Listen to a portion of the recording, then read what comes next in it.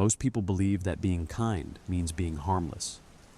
They navigate the world with a soft heart, avoiding conflict, absorbing insults, and accommodating everyone around them, hoping that if they give enough, the world will eventually give back. It won't. In a world that rewards ruthless results, harmless people are not respected. They are not protected. They are devoured, slowly, politely, and often with a smile on the face of the person doing the devouring. There is a hidden psychological edge used by the world's most effective leaders, negotiators, and builders. It has nothing to do with intelligence, and nothing to do with charisma. It is the ability to become completely cold, on command, exactly when it matters, and to return to warmth just as deliberately the moment it doesn't. This is not about becoming heartless. Heartless people lose everything that makes power worth having. This is about something far more disciplined. True power lies in mastering controlled cruelty. Can you deploy surgical indifference to protect your boundaries without turning into the very monster you were trying to defend yourself against? Can you be the kind of person who is capable of real damage and chooses, every single time, not to cause it unless it's necessary? Today, we are going to dismantle the dark psychology of calculated ruthlessness, piece by piece, and rebuild it into something usable, a way to forge an iron will while keeping your moral compass fully, permanently intact. Welcome to the Silent Architect. To master controlled cruelty, you first have to throw out the definition of cruelty that you were raised on. Cruelty, in the way most people imagine it, is loud. It's a slammed door, a raised voice, a cutting insult fired in the heat of the moment. That version of cruelty is not power. It's a leak. It's what happens when someone's self-control fails them. The version of cruelty we are talking about looks nothing like that. In the modern landscape, controlled cruelty is not malice. It is not raising your voice, and it is not seeking revenge. It is the tactical, deliberate withdrawal of your emotional energy from a situation that does not deserve it. Think about what actually happens when you give someone your emotional reaction. You hand them information.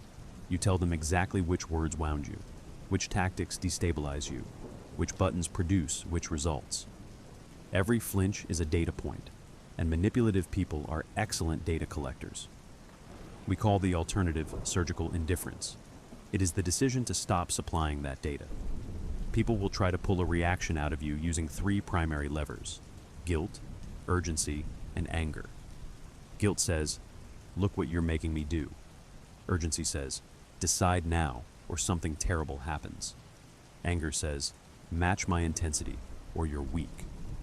All three levers only work on a nervous system that is still plugged in. Being too nice in these moments is not a personality trait. It is a massive structural liability, the same way a building with no foundation is a liability. It doesn't matter how nice the paint job is. When someone disrespects your time, mischaracterizes your intentions, or threatens the thing you've spent years building, the instinct is to argue, to explain, to defend. Resist it. You do not argue your way out of a manipulation attempt. You simply disconnect. You sever the emotional cord that the other person is trying to pull. This is harder than it sounds, because disconnecting feels, in the moment, like losing. It is the opposite. By removing your empathy from the equation, not permanently, just for the duration of the attack, you starve their manipulation of the oxygen it needs to survive. No reaction, no fuel, no fire.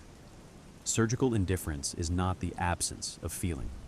You will still feel the insult, the betrayal, the urgency they're trying to manufacture. The discipline is in the half-second between feeling it and acting on it. In that half-second, you ask one question: does reacting here serve my goals, or only their agenda? If the answer is their agenda, you let the feeling pass through you like weather through an empty room, and you say nothing at all. Knowing that you should disconnect emotionally is the easy part.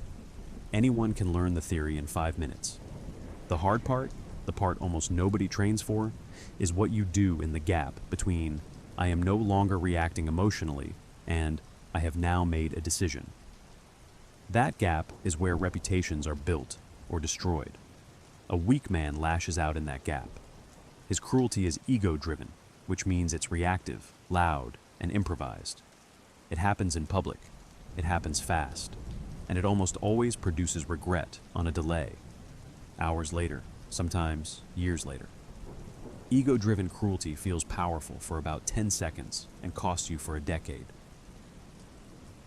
A powerful man's cruelty is the opposite of all of that.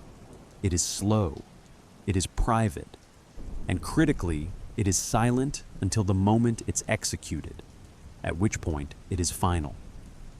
Here is the mechanism in practice. When a boundary is crossed, you do not explode, and you do not announce your intentions. You retreat, not in defeat, but into logic. You ask, what is actually being threatened here? Is it my reputation, my resources, my time, my long-term goal, or just my pride? Pride is never worth deploying ruthlessness over. The other four sometimes are. You deploy calculated ruthlessness only when a strategic goal is genuinely threatened. Never as entertainment, never to prove a point, never because you can. If an employee is consistently toxic and has been given fair warning, you do not yell at them in a meeting. You quietly, calmly, and without theatrics remove them from the structure. If a friend betrays your trust in a way that reveals who they actually are, you do not seek revenge. You do not write the speech in your head about everything they did wrong. You simply, quietly, erase the access they had to your life, your time, your information, your presence, as cleanly as if the door had simply closed on its own. This purposeful silence is what forces the world to respect your terms. Loud people get pity, or temporary fear, or gossip. Silent people get something far more durable, the assumption that their boundaries are guarded by absolute inevitable consequences. Nobody tests a fence they've already watched fail to be climbed. There's a reason chess is the right metaphor here, and not boxing. Boxing rewards the bigger reaction. Chess punishes it. A chess player who reacts emotionally to a single move has already lost 3 moves later, because they spent their attention on the part of the game that didn't matter. The cold decision maker plays chess in every domain of their life: career, relationships, conflict, while everyone around them is still trying to win a boxing match that was never being fought. Now we arrive at the most dangerous chapter in this entire framework, and I want you to actually sit with this one, because skipping it is how people who start out trying to protect themselves end up becoming the threat they were originally trying to defend against. There is a very thin, very easy to miss line between a master strategist and a sociopath. The strategist uses coldness as a tool, picked up and put down with intention. The sociopath has simply lost the ability to put it down. If you spend too much time in the cold, if surgical indifference becomes your default state instead of your emergency state, your heart does not stay frozen on standby, waiting for you to need it again. It actually freezes, permanently. And the terrifying part is that you usually don't notice it happening from the inside. This is why you must build, deliberately and early, what we'll call your empathy anchor. An anchor does one job. It stops you from drifting somewhere you can't get back from. Your moral compass has to serve as the kill switch for your ruthlessness. Not a suggestion you can override when convenient, but a hard stop you've pre-committed to before you ever need it. In practice, this means before you make a cold decision, you run a short, honest audit of your own motives. Not a performative one, an actually honest one in private, where no one is watching you perform integrity. Ask yourself, am I doing this to protect my work, my peace, my people, or the thing I'm responsible for building? Or, if I'm honest, am I doing this to feed my ego, to win, to be right, to make someone else feel small because it would feel good? If the answer is protection, proceed. If the answer is ego, stop, even if you've already started, even if stopping is embarrassing.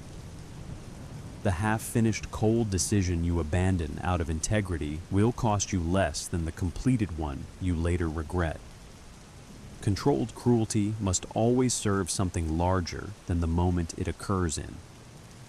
This is the actual difference between strategy and cruelty for its own sake, and it's not a subtle one once you're looking for it.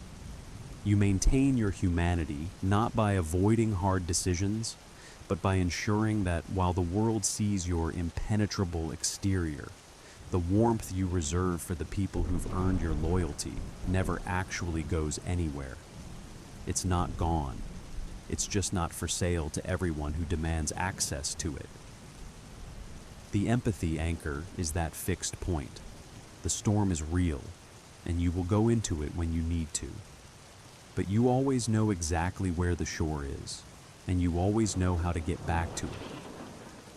The moment you can't find the shore anymore, the moment cruelty starts feeling good instead of necessary, that's not strength. That's the warning sign you built this entire framework to watch for. Every difficult, cold decision you've ever had to make was not a stain on your character. It was a sharpening stone. Steel does not become strong by avoiding the hammer. It becomes strong because of repeated, controlled, deliberate impact, applied by someone who knew exactly how hard to strike and when to stop. The ultimate skill in this entire framework, more than the indifference, more than the cold decision-making, more than the empathy anchor, is the ability to walk the razor's edge between absolute control and profound vulnerability, and to do it for the rest of your life without ever fully resolving the tension between the two. That tension doesn't go away. It's not a problem to solve once. It's a discipline you practice forever. Do not be afraid of the dark side of your own psychology. Pretending it doesn't exist doesn't make you safer.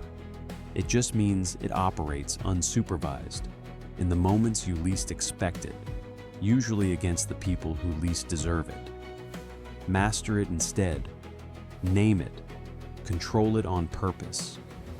Use it to build an impenetrable structure around the things you're responsible for protecting. Become the kind of force that can be a devastating storm to the people who try to take advantage of you, and an unshakable sanctuary to the people who've earned your trust. That is not a contradiction. That is the entire point. Master the paradox, and you will become something far rarer than powerful. You will become trusted by exactly the people whose trust is worth having. Stay focused. Let's bring it all together. Surgical indifference removes the fuel manipulators need from you. The cold decision replaces reactive ego with quiet, final logic. The empathy anchor is the kill switch that keeps coldness from becoming who you are instead of a tool you use.